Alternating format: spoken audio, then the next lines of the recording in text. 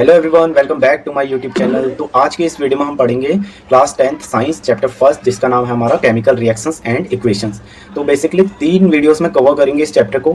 सबसे first video में हम पढ़ेंगे introduction to chemical reactions and equations. तो पहले वीडियो में हम पढ़ेंगे कि केमिकल रिएक्शंस क्या होते हैं, केमिकल इक्वेशंस क्या होती हैं। देन सेकंड वीडियोस में हम पढ़ेंगे कि कैसे हम केमिकल रिएक्शंस को बैलेंस करते हैं और केमिकल रिएक्शंस को बैलेंस करना क्यों इंपॉर्टेंट है।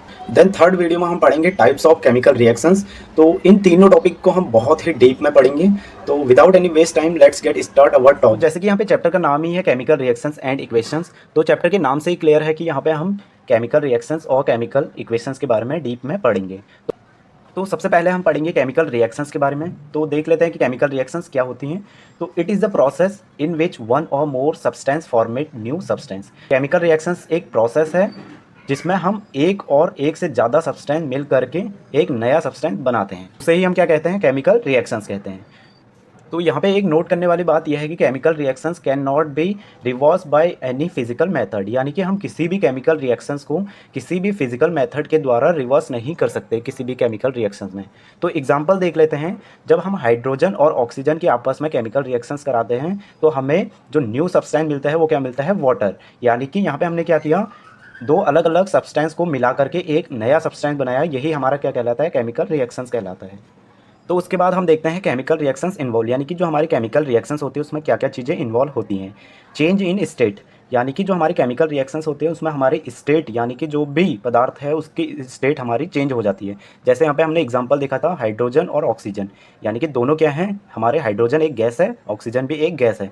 जो हमारा नया सब्सटेंस बना, यहाँ पे हमें क्या मिला, वाटर मिला। और वाटर हमारा जो होता है वो होता है लिक्विड। तो यही बात यहाँ पे लिखी है कि चेंज हो जाता है हमारे स्टेट में, कोई भी पदार्थ के स्टेट में हमारे चेंजेस हो जाते हैं केमिकल रिएक्शंस के दौरान।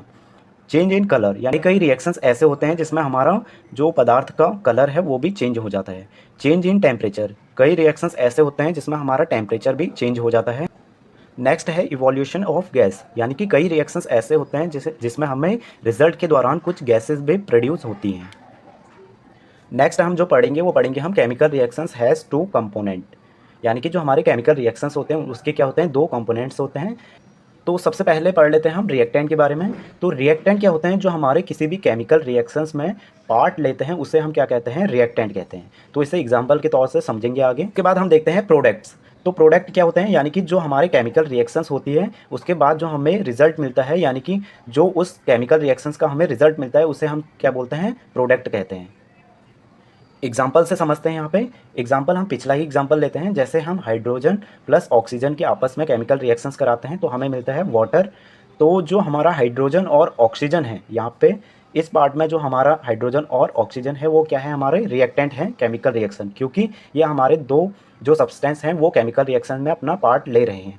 और जो हमें वाटर मिला वो क्या है, हमारा प्रोडक्ट है, यानी कि ये हमें केमिकल रिएक्शंस के बाद मिला, ये हमारा क्या होगा, प्रोडक्ट होगा।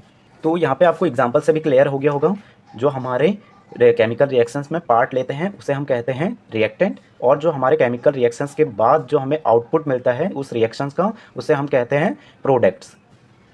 तो यहाँ पे केमिकल रिएक्शंस के बारे में हमने काफ़ी कुछ पढ़ लिया है। अब पढ़ते हैं हम केमिकल इक्वेशन के बारे में।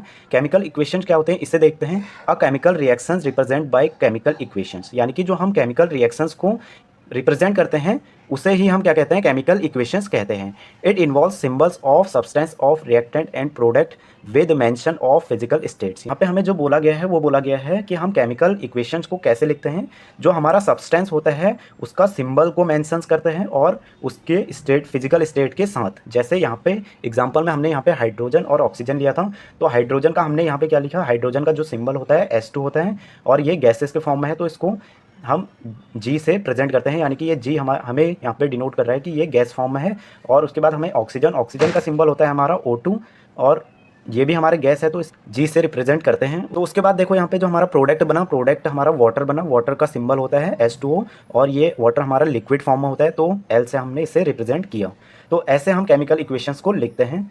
तो ये केमिकल इक्वेशंस है हमारे, जब हम हाइड्रोजन और ऑक्सीजन को आपस में केमिकल रिएक्शंस कराते हैं उसके दौरान जो हमें वाटर मिलता है उसकी रिएक्शंस हैं। तो ऐसे आप केमिकल रिएक्शंस को डिनोट करते हैं।